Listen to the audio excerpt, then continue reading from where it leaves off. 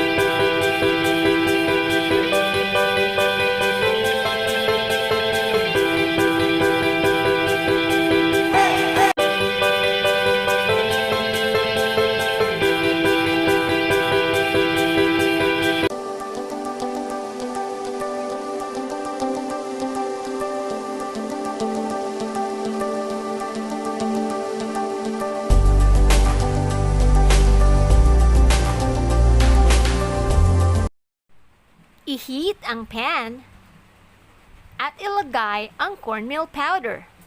1, 2, 3, come on! Ngayon ay haluin at lutuin hanggang sa maging light brown ang color nito.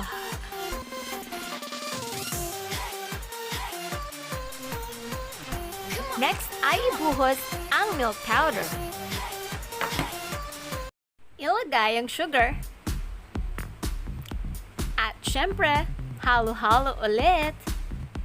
Isunod naman ang melted butter or margarine. Stir well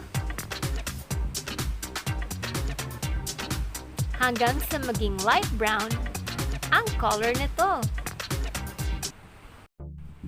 Ayan, ready na ang ating polvoron. Ngayon ay gumamit ng polvoron molder or measuring cup, just like this. At i-shape ang ating polvoron.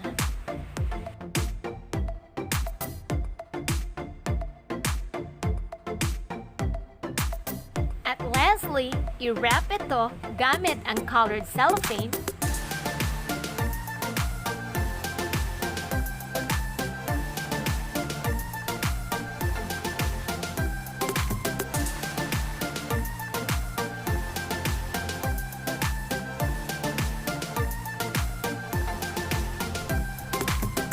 Just like this.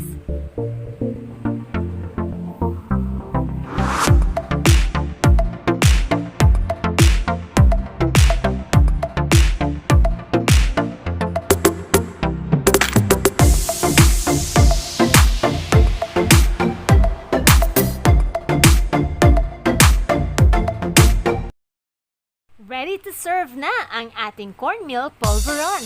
I-try niyo din ang snack recipe na to at siguradong magugustuhan nyo. Hope you enjoy!